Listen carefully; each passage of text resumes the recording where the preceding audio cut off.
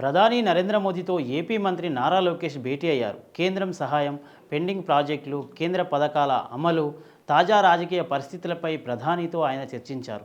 సుమారు 45 నిమిషాల పాటు ఈ భేటీ సాగింది. రాష్ట్రంలోని పెట్టుబడుల ఆకర్షణకు సహకారం అందించాలని చెప్పేసి ప్రధానిని లోకేష్ కోరారు. గణేష్ నిమజ్జన ఉత్సవాల సందర్భంగా ప్రయాణికులకు హైదరాబాద్ మెట్రో శుభవార్త చెప్పింది. అన్ని మెట్రో స్టేషన్ల నుంచి శనివారం ఉదయం 6 గంటల నుంచి అర్ధరాత్రి 1 గంట వరకు సర్వీసులు అందుబాటులో ఉంటాయని తెలిపింది. నిమజ్జనం చూసేందుకు నగరంలోని వివిధ ప్రాంతాలకు వెళ్లే ప్రయాణికులకు మేలు కలగనుంది. వినాయక చవితి ఉత్సవాల ముగింపు సందర్భంగా సెప్టెంబర్ 6న ఉదయం 6 గంటల నుండి సెప్టెంబర్ 7 ఉదయం 10 గంటల వరకు హైదరాబాద్లో నిమజ్జన కార్యక్రమం జరగనుంది. ఈ నేపథ్యంలో ప్రజలకు ఎలాంటి అసౌకర్యాలు కలగకుండా ఉండేందుకు నగరంలోని పలు ప్రాంతాలలో ట్రాఫిక్ పోలీసులు ఆంక్షలు విధించారు. నగరవాసులు పోలీసులకు సహకరించాలని, ప్రత్యామ్నాయ మార్గాలను ఎంచుకోవాలని సూచించారు.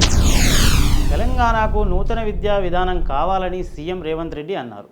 ప్రభుత్వ పాఠశాలలోనూ నర్సరీ, ఎల్కేజీ, యూకేజీ తరగతులు బోధిస్తున్నట్లుగా చెప్పారు.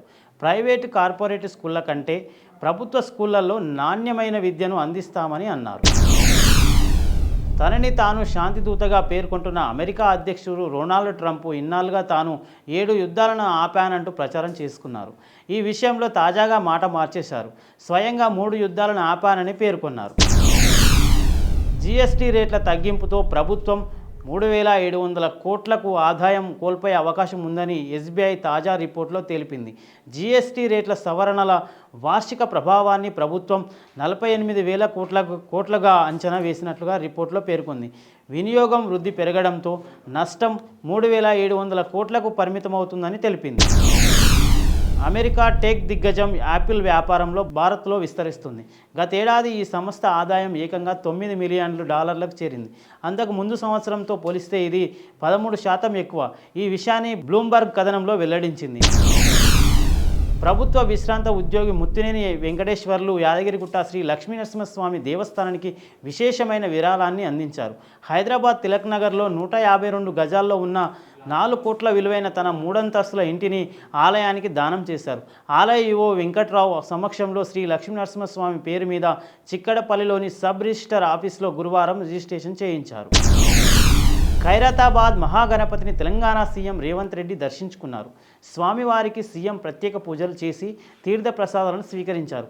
అనంతరం రేవంత్ రెడ్డి మాట్లాడారు.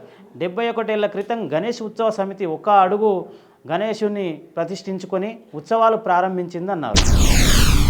ఏపీ మంత్రి నిమ్మల రామానాయుడు ఉప ముఖ్యమంత్రి పవన్ కళ్యాణ్ను మర్యాదపూర్వకంగా కలిశారు. తన కుమార్తె వివాహానికి హాజరు కావాలంటూ పవన్ను స్వయంగా ఆహ్వానించారు. మంగళగిరిలోని డిప్యూటీ సీఎం క్యాంప్ కార్యాలయంలో పవన్ కళ్యాణ్తో మంత్రి నిమ్మల సతీ సమేతంగా భేటీ అయ్యారు. Please subscribe to the channel and download the Politicos app from the links in the description.